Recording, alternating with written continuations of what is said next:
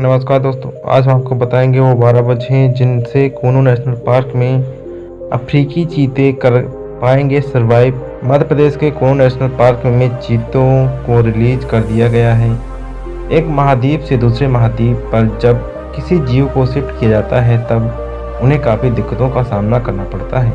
ऐसे में ये चीते कूनो नेशनल पार्क में कैसे सर्वाइव कर पाएंगे, जानिए ये काम किस तरह से किया जाएगा।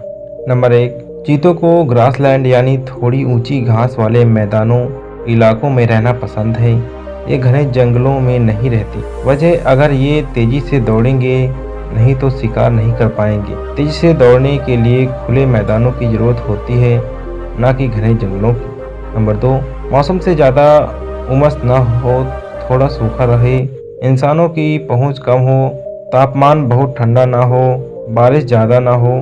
कूनो नेशनल पार्क 3200 वर्ग किलोमीटर में फैला हुआ है, लेकिन चीतों के हिसाब से उपयुक्त इलाका 748 वर्ग किलोमीटर है। यहाँ इंसान नहीं आते जाते, ना ही रहते हैं। नंबर 3, नेशनल पार्क का बफर जोन 1232 वर्ग किलोमीटर का है। पार्क के बीचों बीच कूनो नदी बहती है। कम ढाल वाली पहाड़ियाँ हैं।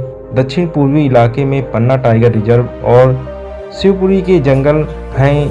इस इलाके के पास ही चंबल नदी बहती है, यानी चीतों के पास कुल मिलाकर 6800 वर्ग किलोमीटर का इलाका रहेगा।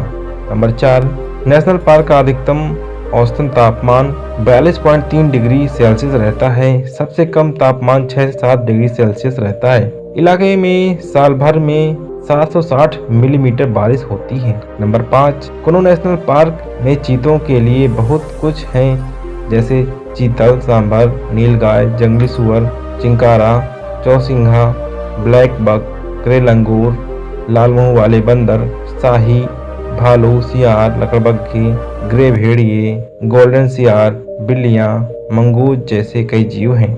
नंबर 6, चीता जमीन पर हो या पहाड़ी पर, घास हो या पेड़, उसे खाने की कमी नहीं होगी। यहाँ सबसे ज़्यादा चीतल मिलते हैं, यानी चीतों के लिए पर्याप्त शिकार की व्यवस्था है। चीतल की आबादी 38.38 से लेकर 51.58 प्रति वर्ग किलोमीटर है। नंबर 7, नेशनल पार्क के पहले करीब 24 गांव थे, जिन्हें दूसरी जगहों पर शिफ्ट कर दिया गया है। गांव वाले मवेशियां के साथ दूसरे स्थानों पर चले गए हैं, यानी पार्क के 748 वर्ग किलोमीटर को चीतों के लिए पूरी तरह संरक्षित कर दिया गया है। ये काम 1998 से ही कर दिया गया था। जाते जाते ग्रामीणों ने अपनी बिल्लियां और कुत्तों को भी जंगल में ही छोड़ दिया था। 500 के आसपास इनके वंशज भी चीतों का शिकार बनेंगे। नंबर 8, किसी भी नेशनल पार्क या अभयारण्य में किसी शिकारी जीव को तब ही लाते हैं जब उसके लिए खाने की पर्याप्त जीव हो, यानी शिकारी की संख्या के अनुपात में शिकार का होना जरूरी है। चीते उन जीवों का शिकार करते हैं जो औसतन 60 किलोग्राम या उससे कम वजन के होते हैं। नंबर 9, पेड़ों और मौजूद बंदरों और लंगूरों की बात करें तो 10% बंदर चीते के शिकार हो सकते हैं। नीलगाय या सांभर की बात करें तो इनकी आबादी 30% हिस्सा चीतों के शिकार बन सकती है, यानी खाने के लिए चीतल की आबादी पर्याप्त है।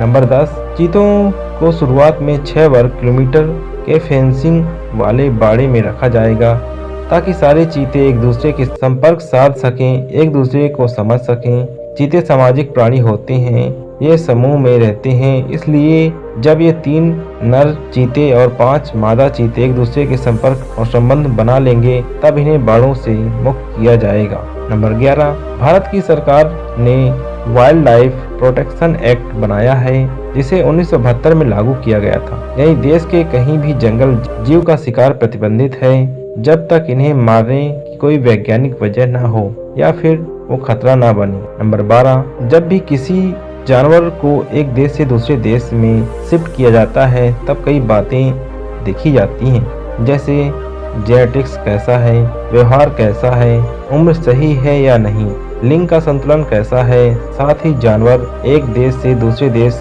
जाकर वहां के वातावरण, रहने लायक जगह की स्थिति, शिकार के प्रकार आदि से एडजस्ट कर पाएगा या नहीं। तो दोस्तों, इस तरह के फैक्ट सुनने के लिए हमारा चैनल सब्सक्राइब कर लें, इस वीडियो को लाइक कर दें और बेल आइकन प्रेस कर लें ताकि नया अपडेट सबसे आगे आपको मिले।